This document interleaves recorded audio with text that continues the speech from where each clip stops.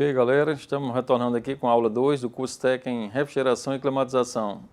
Disciplina Eletrônica 1, professor José Macena Dantas. Vamos começar a nossa aula. Então, hoje nós vamos falar sobre o transistor bipolar de junção.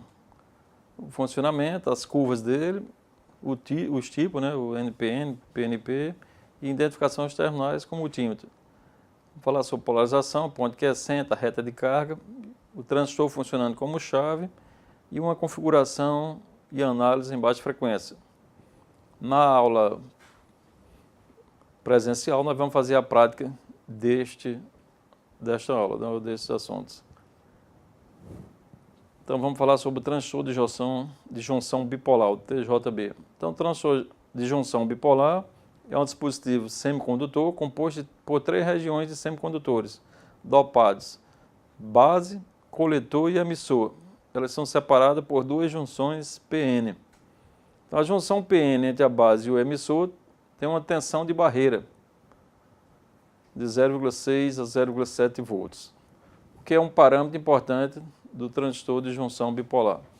Contrariamente ao transistor de efeito de campo, que é o FET, ao qual a corrente é produzida apenas por um único tipo de portador de cargas, que são os elétrons ou lacuna, no transistor de junção bipolar, a corrente é produzida por ambos os tipos de portadores de cargas, elétrons e lacunas. Daí a origem do nome bipolar.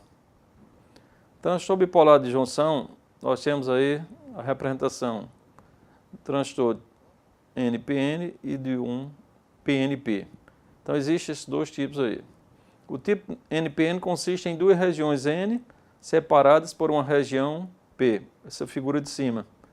E a figura de baixo é a região P separada, são 2 regiões P separadas por uma região N. Esse aí é o PNP. Então, essas figuras representam os seus respectivos símbolos esquemáticos. Do lado direito, você vê esses símbolos aí, representativos. Todos eles têm correntes aí passando. Geralmente, ou normalmente, as correntes são direcionadas. Nós usamos no circuito, né, correntes elétricas e usamos correntes convencionais. Essa representação aí é do transistor de junção bipolar. Aí é o símbolo esquemático do lado direito. Como é que ele funciona? Então, vamos ver o funcionamento e as curvas dele. O transistor de junção bipolar, ou transistor bipolar de junção, opera em 3 modos diferentes. Tem o modo de corte, na figura aí, você vê aí o nome, modo de corte, e modo de amplificação linear, que é no meio. E do lado esquerdo é o modo de saturação. A figura mostra os 3 modos de operação do transistor NPN. E as curvas que são representativas aí. Essa figura aí mostra as curvas características. I, que é a corrente do coletor, em função do VCE, que é a tensão coletor-emissor, em vermelho, e um transistor bipolar de junção, é o NPN. Então, esses transistores são muito importantes no mundo da eletrônica. São bastante utilizados em outras demonstrações, especialmente como amplificadores nos circuitos analógicos e como interruptores eletrônicos nos circuitos digitais. A partir desse gráfico aí, nós vamos mostrar para vocês o funcionamento da reta de carga de um transistor bipolar de junção e o ponto quiescente, que é aquele central ali, da bolinha vermelha. Do lado esquerdo nós temos a saturação. IC quer dizer corrente de coletor. E o coletor, ele está no máximo lá, quando o transistor fica em saturação, a corrente fica no máximo. E a VCE, que é a tensão coletor-emissor, fica 0. Então, ela representa como um ponto lá na reta e lá em IC. E quando a corrente é cortada, nós chamamos ali VCE de corte, ou seja, a tensão de coletor-emissor, ela vai ser máxima. Então, aquela região de corte ali, amarela de baixo, ela representa o VCE no corte. E a região amarela da esquerda em cima é a região de saturação. Nós temos aquelas curvas azuis, representa a corrente da base, é o valor máximo dela. Aquela reta que você está vendo aí, descendo da coordenada IC para a coordenada VCE, ela tem uma reta de carga. E no meio, exatamente ali, é o ponto que é centro. Ali é a região de operação do transistor. Então, todo fabricante, eles dão segurança nos equipamentos, nos produtos, né, nos componentes eletrônicos que estão fabricando. E eles informam essas características aí de ponto quiescente e da reta de carga, que são as características técnicas e elétricas do componente eletrônico. Aqui tem um exemplo de um transistor funcionando como chave. Do lado esquerdo você tem uma fonte, VBB, pode ser uma pilha ou uma fonte de tensão em corrente contínua. Do lado direito você tem um resistor RC, ou RB no caso ali, é um resistor da base para poder proteger a entrada da base do transistor. Do lado direito você tem uma tensão em corrente contínua lá, em VCC, que é a corrente de coletor, e na entrada dele, do transistor, tem uma proteção, tem um resistor RC. Nesse gráfico aí você verifica o que foi explicado na tela anterior. Você vê a saturação e o corte, no meio a reta de carga. Se formos comparar esse gráfico aí, nesse circuito, nós vemos que se o VCE for zero no circuito ali, então a corrente que circula total no resistor de carga, no caso lá no resistor de RC, de coletor, vai ser a corrente máxima, ou seja, vai ser VCC dividido por RC, é o valor da corrente de saturação. E se essa corrente for zero, nós vamos ter o VCC máximo, ou seja, não tem corrente circulando pelo resistor. Então, toda a tensão em cima do transistor vai ser a tensão de VCC. Alguns circuitos amplificadores podem ser usados para equipamentos eletrônicos. Aqui tem um exemplo de um amplificador de 2 estágios de um estágio. Esse, no caso aqui, é de um estágio. A configuração em análise AC em baixa frequência. Do lado esquerdo nós temos um sinal de entrada comum, pode ser uma tensão da rede pública, 220 volts, por exemplo, ou 110 volts, outro valor que seja determinado na entrada do circuito. E nós temos aí um amplificador de sinal. Nesse meio aí, vocês estão vendo que tem uma alimentação UCC, que é uma tensão de corrente contínua. Temos também a ligação entre a tensão de corrente alternada e o circuito, nós temos um capacitor. Esse capacitor C1 é um capacitor de acoplamento. E entre as ligações lá, entre a carga, que é aquela circuito RL lá, o resistor RL, que representa uma carga. Pode ser um liquidificador, um equipamento, qualquer coisa que consome energia, que esteja plugado em um circuito. Então lá tem um capacitor que ele faz a derivação. É o C2 e também o C3. São capacitores de acoplamento. Isso aí são usados para baixas frequências.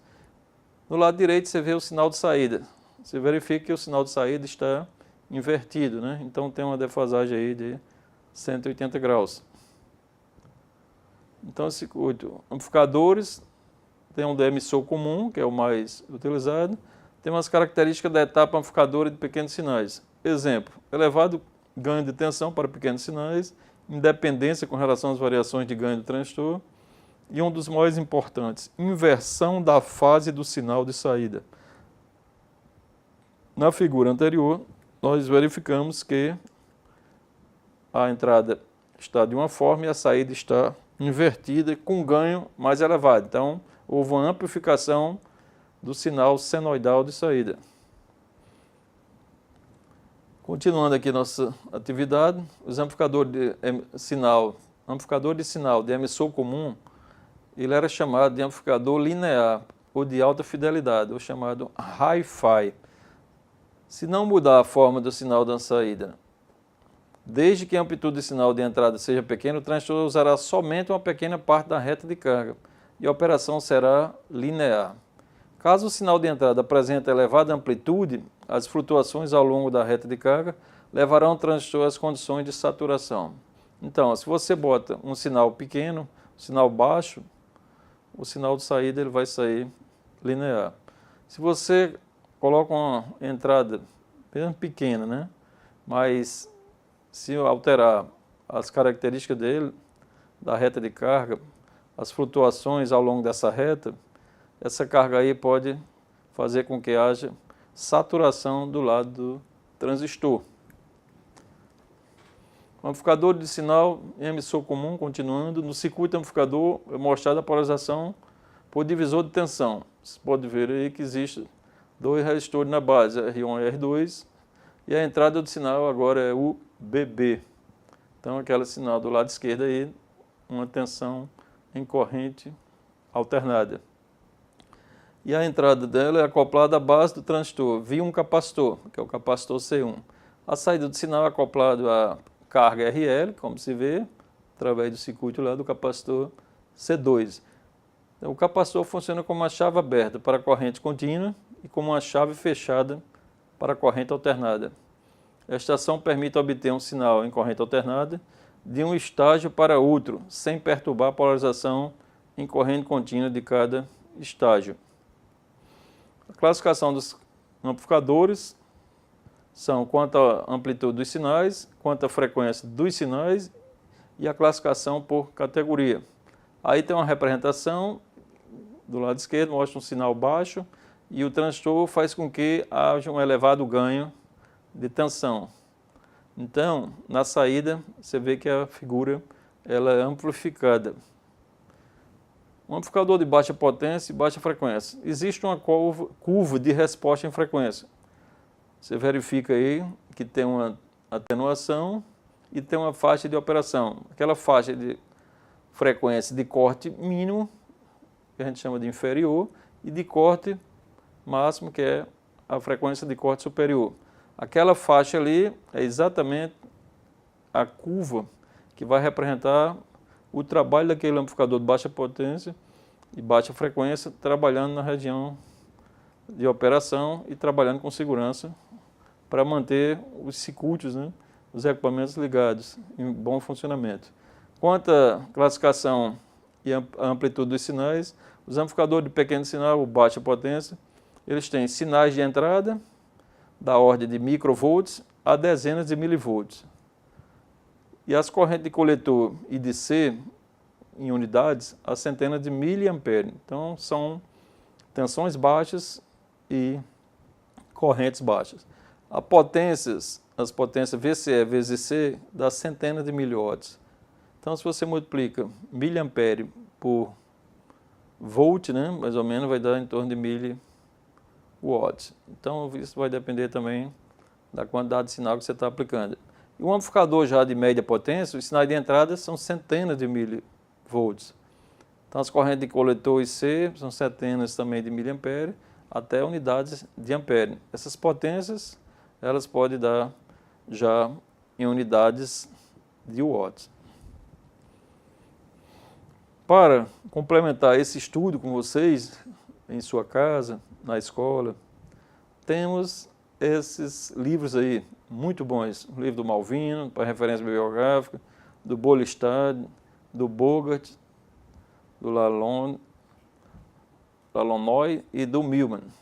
Então, esses livros aí servem de referência para vocês continuarem os estudos.